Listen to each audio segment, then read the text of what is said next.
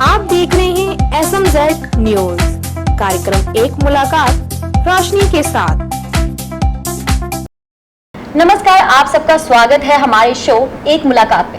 और आज इस शो में हम आपकी मुलाकात कराने जा रहे हैं शहर की एक ऐसी मशहूर शख्सियत से जो कि शहर में अमन और शांति बनाए रखने के लिए एक अहम रोल प्ले करते हैं। तो आइए आपकी मुलाकात कराते हैं डिप्टी कमिश्नर ऑफ पुलिस से मिस्टर अश्विनी कपूर से। Welcome sir. Thank you. Sir, आपसे पहले तो आपका बहुत बहुत स्वागत है हमारे शो के लिए और आपने इतना अपना वैल्यूएबल टाइम हमें दिया। और सबसे पहले मैं आपसे पूछना चाहूँगी कि हमारे जो शहर है इसे स्मार्ट सिटी कहा जाता है और लुधियाना को जो स्मार्ट सिटी कहते हैं, बट स्मार्ट सिटी में क्राइम भी दिन दिन इतना बढ़ रहा है, तो उसके लिए क्या कारण है? राधा, मैं कहूँगा स्मार्ट सिटी ही नहीं, इसको सेफ सिटी प्रोजेक्ट भी रिलायंस वालों ने स्पॉन्सर किया था और उसके तहत इसमें अप्रॉक्सीमेटली 1500 कैमराज हैं और उसके लिए स्टेट ऑफ आर्ट हमारी पुलिस लाइन में ही कंट्रोल रूम बना हुआ है, जिससे कि हर आने जाने वाले या क्रिमिनल के ऊपर नज़र रखी जाती है। तो ये एक स्मार्ट सिटी के अलावा सेफ सिटी भी इसको नाम दिया जा सकता है। तो सर, इसके लिए क्या कारण है जो दिन ब दिन क्राइम फिर भी बढ़ता जा रहा है?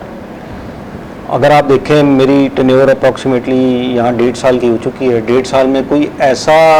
सनसनीखेज या मेजर क्राइम तो नहीं हुआ। हाँ, जो क्राइम होते हैं, कोई स्नैचिंग्स वगैरह होगी, थेफ्ट, बर्गलरी, जो रूटीन क्राइम होता है वो होता है और उसमें हमारे को काफ़ी पीछे सक्सेस भी मिली है। तो जैसे एक कुब्बा गैंग था, हमने पकड़ा था जो स्नैचिंग्स वगैरह, और जिन्होंने, अगर आपको याद हो, पीछे इनका अमेज़न वालों का डंप से कैश लूटा था और वो उनसे हमें 4-5 हमारी मेजर जो वारदातें थी वो ट्रेस हो गई थी। तो ये वारदात रोक तो नहीं सकती पुलिस, लेकिन उसको ट्रेस करना हमारा फ़र्ज़ है और वो हम करते हैं। तो सर, इसी के साथ जैसे कि आपने बोला कि इसके लिए आप लोगों की तरफ से बहुत कुछ किया जा सकता है, लेकिन इसके लिए एक पर्टिकुलर कारण क्या है कि क्यों इतनी वारदातें बढ़ रही हैं? उसमें देखिए, इसमें कई कारण हैं। हम सब ये एक सोशल फैब्रिक में हैं, तो उसमें एक तो जो ड्रग एडिक्शन है, इसके लिए मेजर ये रीज़न है। जो स्नैचिंग के लिए है, पेटी स्नैचिंग के लिए, इसमें ज़्यादातर जो लोग पकड़े गए हैं, मतलब 70 to 80% जो लोग होते हैं वो ड्रग्स के ऊपर लगे होते हैं और उनको उसके लिए पैसा चाहिए होता है। पैसा घर वाले दे नहीं पाते या जहाँ काम करते हैं वो पूरा नहीं पड़ता, तो इसलिए वो स्नैचिंग की तरफ उनका झुकाव हो जाता है और वो ये छोटी मोटी वारदातें करने लग जाते हैं। तो सर, जो ये नशा है इसको रोकने के लिए क्या कोई वर्कशॉप्स या कुछ किया जा रहा है सरकार की तरफ से? जी बिल्कुल। इसके लिए हमने अप्रॉक्सीमेटली 10,000 से ऊपर डेपो ड्रग प्रिवेंशन ऑफिसर्स जो एनलिस्ट किए थे, जो डीसी साहब की तरफ से भी मॉनिटर होता है और उसमें लाइजनिंग हम करते हैं। तो उनकी मीटिंग्स वगैरह भी होती रहती हैं। पिछले दिनों ही 3-4 दिन पहले ही कमिश्नर साहब और डीसी साहब ने बैठ के मीटिंग की थी और सारे एसडीएम्स वगैरह को सबको उसमें, और हमारे जो एसीपीज सब डिवीजन है वो भी इस मीटिंग में उन्होंने भी पार्टिसिपेट किया था। और इनको जो नीचे लेवल पे, ग्राउंड लेवल पे, इनको पूरा प्रोत्साहन दिया जा रहा है कि आप अच्छा काम करें और उनको रिवॉर्ड भी दिया जाएगा। सर, जैसे कि आपने बताया कि रिवॉर्ड्स ये तो एक बहुत ही अहम रोल प्ले करता है, इससे एक मोटिवेशन भी मिलती है, बट साथ ही साथ मैं आपसे पूछना चाहूँगी कि जैसे एफआईआर है कि काफ़ी ऐसी वारदातें होती है जहाँ पे लोगों को एफआईआर का इम्पोर्टेंस और प्रोसेस नहीं पता है। तो आप प्लीज़ हमारे दर्शकों से ये शेयर करेंगे कि एफआईआर जो है इसके लिए प्रोसेस क्या रहता है और कब कब की जाती है और इसका इम्पोर्टेंस क्या है? देखिए, पिछले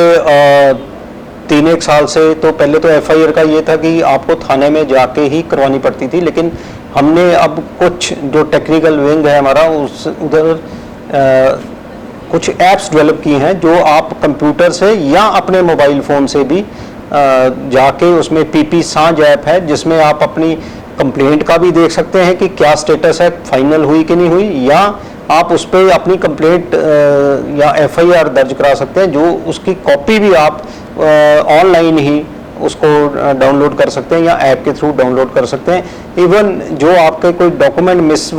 मिसिंग हो जाते हैं या कहीं गिर जाते हैं, खो जाते हैं, उसके लिए आपको ड्राइविंग लाइसेंस दोबारा लेना है। तो पहले होता था आप एफिडेविट लेके जाते थे और उधर थाने में मुंशी का टाइम लगता था, नहीं लगता था, आपको वेट करनी पड़ती थी। लेकिन अब ये सुविधा आपके मोबाइल फ़ोन पे ही है, उसकी 5 या 10 रुपये शायद फ़ीस है, वो आप ऑनलाइन ही पे करें और वहीं पे कंप्लेंट कर देते हैं, तो आपको वहीं पे अपना सर्टिफिकेट डाउनलोड कर लीजिए और किसी भी ऑफिस में जाके आप वो देते हैं तो वो उसको मान्यता प्राप्त है और वो उसके ऊपर आपको जो है न्यू जो लाइसेंस, ड्राइविंग लाइसेंस या कोई भी आपका डॉक्यूमेंट है वो इशू हो जाता है। तो सर ये तो रही एक ऐसी चीज़ की बात की जो कि ऑनलाइन हम लोग ये चीज़ें कर सकते हैं, and that's a very good initiative by government की, जो कि काफ़ी लोगों को ये पता नहीं था, तो अभी लोगों को इस चीज़ के बारे में पता चलना स्टार्ट हुआ है। बट काफ़ी जो हमारी जैसे कि ये तो अभी जनरेशन जो चल रही है दैट इज़ डिफरेंट अपार्ट, पर जो अभी जनरेशन न्यू जनरेशन आ रही है जैसे स्कूल कॉलेजेस में, तो उनको अभी उनके लिए अभी जस्ट सेपरेट एक स्टडी इस तरह से स्टडी स्टार्ट नहीं हुई है जहाँ पे इन्वायरमेंट ही करवाया जाता है। तो इन्वायरमेंट को जस्ट बच्चे एक ज़रूरी एक सब्जेक्ट लेके ही चलते हैं, बट क्या ऐसा कोई एक अलग से सब्जेक्ट्स या वर्कशॉप इन फ्यूचर रहेंगी कि जिसमें बच्चों को अपने कानून और अपने अधिकारों कर्तव्यों के लिए जागरूक कराया जाए? जी बिल्कुल, ये बहुत अच्छा पॉइंट आपने लिया, और इसके लिए मैं आपको ये बताना चाहता हूँ कि पिछले 10 दिन से हमने स्टूडेंट पुलिस कैडेट SPC जो कि अपने स्कीम है गवर्नमेंट ऑफ इंडिया की, वो हमने शुरू की है पंजाब में। ये सबसे पहले केरला में शुरू हुई थी, और अब ये यहाँ पर वो हमारे जो सांझ के एम्प्लॉइज़ हैं वो जाके स्कूल्स को, उन्होंने कुछ स्कूल्स, चुनिंदा स्कूल्स, अभी शुरुआत में कुछ स्कूल्स को हमने सिंगल आउट किया है, जहाँ के बच्चों को वो विज़िट कराते हैं, उनको सारा रजिस्टर वगैरह या पुलिस की वर्किंग से, या उनको ला के पुलिस स्टेशन की विज़िट कराते हैं कि क्या